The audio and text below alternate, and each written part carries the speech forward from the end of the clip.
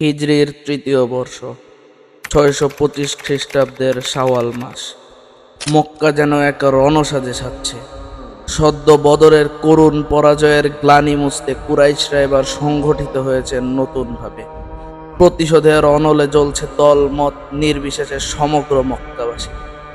এমনই এক সময় রাসূলুল্লাহ সাল্লাল্লাহু আলাইহি ওয়াসাল্লাম খবর পান কুরাইশদের পরিকল্পনার। এবার আর ১,০০০ নয়, বরং ৩,০০০ সৈন্য, ২০০ ঘোড়া আর ৭০০ উটের বিশাল বহর এগিয়ে আসছে মদিনার দিকে। এবারকার পরিসংখ্যান যেন বদর অপেক্ষাও গুরুতর।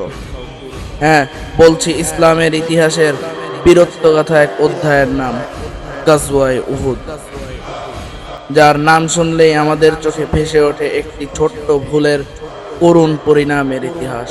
যার নাম শুনলেই আমরা স্মরণ করি মুসলিমদের বিপর্যয় আর ভাবি এক অসমাপ্ত যুদ্ধের ইতিহাস।